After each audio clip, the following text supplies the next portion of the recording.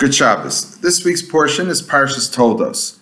And Toldos starts with the birth of Yaakov and Esau, the sons of Yitzchak and Rivka. And it goes on to tell you the stories of how Yaakov buys the birthright from Esau and later on steals the blessings from Yitzchak from right under Esau's nose. And we have always been taught from the time we're children that Esau is really the Rasha, the wicked one, the one who is the bully. He seems to be strong, he's greedy, he's murderous. We have only very bad things to say about Yaakov, and the rabbinic commentaries sort of create this idea that he's the antithesis of everything good in the world. He actually represents the Sitra Achra, the other side, the satanic forces in the world. But let's actually just take a look at what we see in the text when we talk about Esau.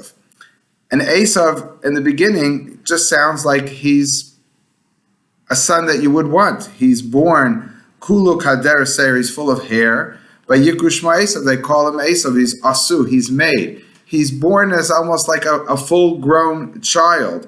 And therefore, he's someone who's stronger. And he's, of course, the older one. And when he grows up, it says he's Isha Deyatzayid, Isha Sada. He's a man who's able to hunt, and he's a man of the field. Whereas Yaakov is an Ish Tam. He's a pure, innocent person, Yoshev Olam, who dwells in tents.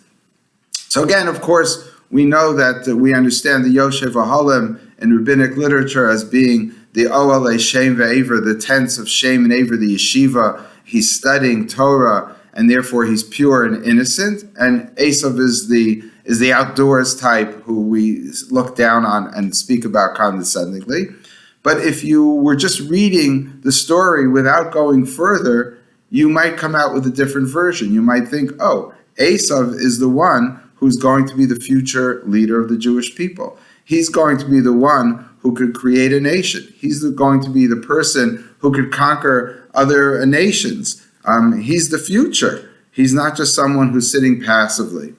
So what do we know about Esau? So when we read about Esau, besides telling us that he's a hunter, we also know that he has two names. He has the name Esau, and later on, in the very beginning of the portion, he's called Edom, which means red. And on the surface, the Torah could have said, you know where this name Edom comes from, which there's a nation that descends from him is called Edom. Well, when he was born, it says he's Admoni, he's red, that his complexion was ruddy, like red. And therefore, that would be right away a good reason to have a nickname for him or another name, alternative name, Edom. But yet the Torah says, no, the reason we call him Edom is because when he sold the birthright, he said, I want mina Adam ha'adam hazeh, from this red soup that Yaakov had been preparing. So why does the Torah focus on the red soup rather than his red complexion? And I would suggest that what we see about Esau is that what we see is not what we get. There's superficiality in terms of his personality and his character. How is that? Because when we start off, we're told he's a hunter. He's a man of the field. He's self-sufficient. And not only that, Yitzchak loved him Kitzayid Bepiv, because he always was able to give his hunt and his game that he would hunt down and feed Yitzchak. But the first story we're told about Esau and Yaakov is that he comes in from the field. Vayavo Esau min hasada, he comes from the field, v'hu ayef, and he's tired or hungry or famished. And Esau says to Yaakov, give me from this red soup, ki ayef anochi, because I am weak. I am hungry. Al kain karish ma'edom, therefore we call him Edom.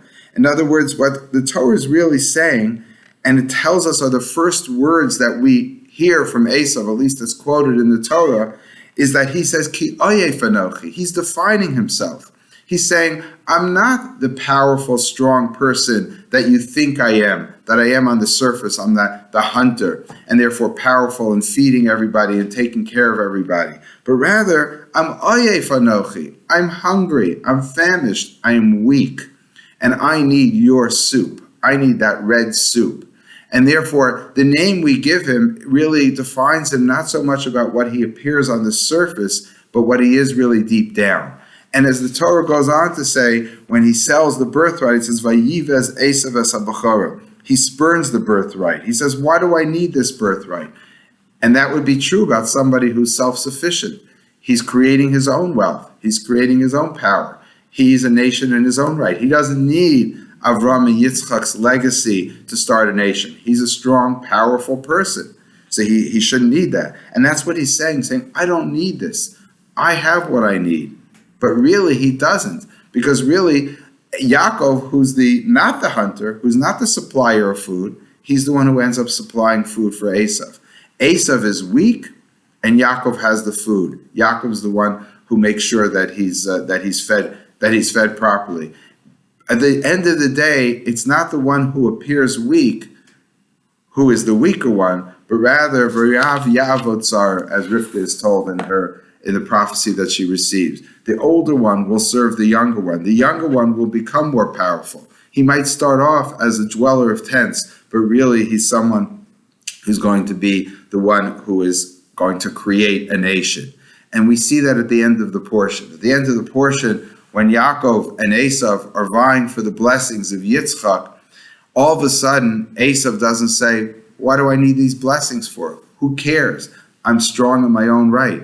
Now, as an adult, he seems to realize that he really does need the blessings, or you could put it, the love from Yitzchak, his father. Whereas before, he spurned that love, he spurned that relationship, he spurned the fact that he's the one who's going to inherit the blessings from Yitzchak. Now he wants the blessings. And when Yitzchak tells him, I already gave the blessings to Yaakov, he says, is there only one blessing? Please bless me also. He's desperate for love. He's desperate for Yitzchak giving him the attention and the fact that he's able to carry on the name of Yitzchak. That becomes more important. As he gets older, he realizes that he is ayef, that he is weak, and he was just superficially strong. And I think that's true about a lot of people. We know a bully in the schoolyard appears strong, but really it usually is just covering up his weakness. And his own sense of lack of self-esteem comes out in bullying somebody else. Esau comes when he meets Yaakov after 20 years. He comes with 400 men. And Yaakov is so scared that he's going to be killed by Esau and wipe out his family. But what happens? Esau comes and he loves him. He hugs him. He kisses him. And then he begs him at the end, please let me go with you. And Yaakov says, no, don't worry. We'll meet up again. All of a sudden, Yaakov is the stronger one. So the last story we really see of Esau is that Esau is the one who's always, at the end, chasing Yitzchak, chasing Yaakov, wants to be attached to Yaakov because he knows that he's really the strong one. Yaakov is really the strong one, and Esau is weak. And that's something we have to look at ourselves. Are we, when we have all this, when we're self-confidence, is it real or is it only superficial? Are we deep down really feel good about ourselves or not?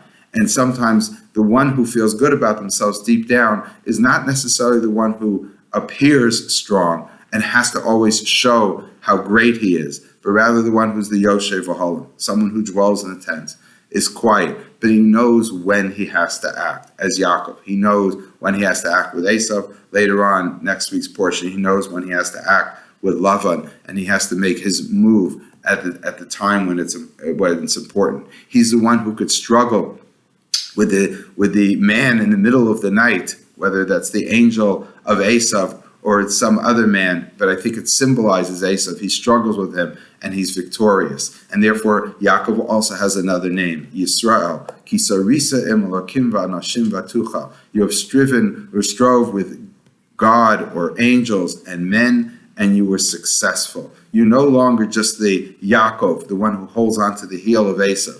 Now you're Yisrael. And therefore, Yaakov has two names and Esau has two names. And Yaakov's name shows the eventual ascendancy of Yaakov and the strength that he really holds. Good Shabbos.